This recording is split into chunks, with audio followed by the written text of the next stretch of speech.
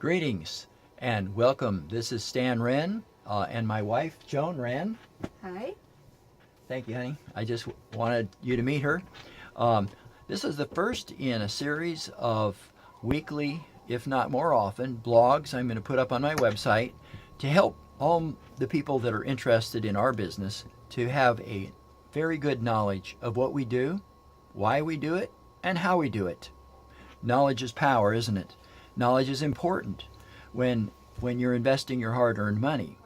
And one of the best rules that I've heard, and I wish I had followed this rule from the beginning, because long ago I made an investment that I sorely regretted, which was not in real estate. It was in something I didn't understand. And that rule is, if you don't understand it, don't invest in it. Now, the name of this blog today is Why I Do Not Use Banks. Hence, where our private lenders come in.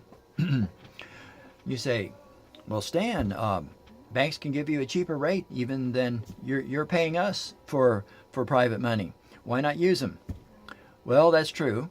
Sometimes you can get a cheaper rate, although for commercial loans like this is not a house I'm going to live in. Obviously, it's a house I'm going to sell on owner financing. I'm going to be the bank myself. And you know, all banks don't use their own money.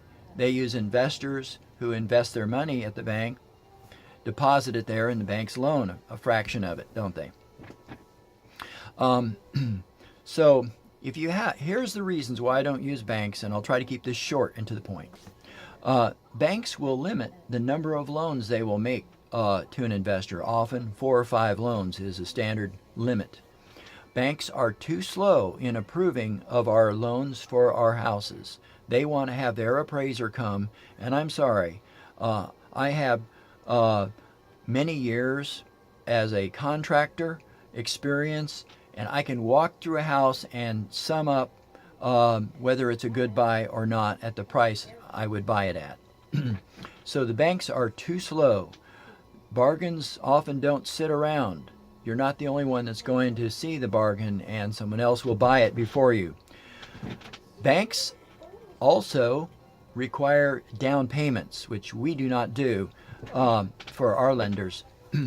And so that's another reason why I don't use them. A lot of times banks will require crazy things on commercial loans, unlike 3% or something like that on a residential loan. On a commercial loan, 20%, things like that. So banks also get their money, even though they have a lower interest rate, through higher closing costs and loan origination fees and a list of other fees on the closing documents. I'm familiar with that. Being a realtor, I see that all the time. So also, banks have the authority to call loans due when you didn't expect so. If you read the fine print, especially on commercial loans, and I've heard the testimony of other investors that the bank they were working with and everything was fine. They were paying their loans on time, and yet the bank just made a decision to close that type of line of credit, and boom, he had to come up with the money to pay them back all totally quickly. So that they will do that. They can do that. And that reminds me of another thing. A bank loan is typically not designed for an owner finance deal like we do.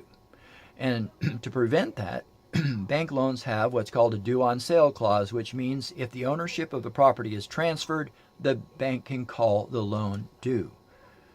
And then you have to refinance it quickly or you lose the house. So that's called a due on sale clause.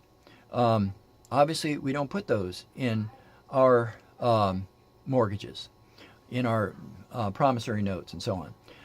Obviously, we'll have a lawyer licensed to do business, a real estate lawyer who licensed to do business in Maryland, write up our documents so that they will be safe, that they will protect our lenders and us, the borrowers, and make sure everything is on the up and up. Everything is legal.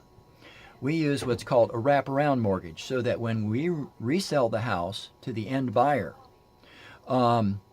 that the loan that's created there is a wraparound mortgage that ensures that the underlying mortgage, the money that comes from our private lenders, is paid as agreed.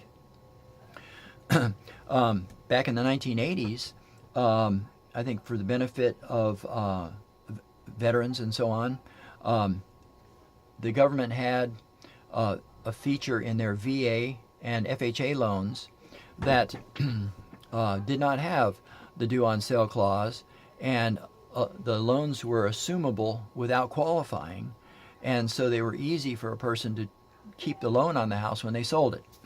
But those have long since disappeared. Well, those are some good reasons why investors like myself do not go to the bank for our money to do our business. Thanks a lot. Stay tuned.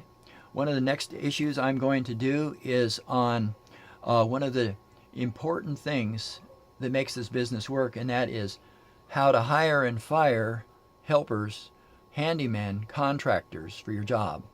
And my experience as a contractor in Maryland and as rubbing shoulders with a lot of investors working with contractors has taught me a lot about what to do and what not to do. Thanks. Have a great day.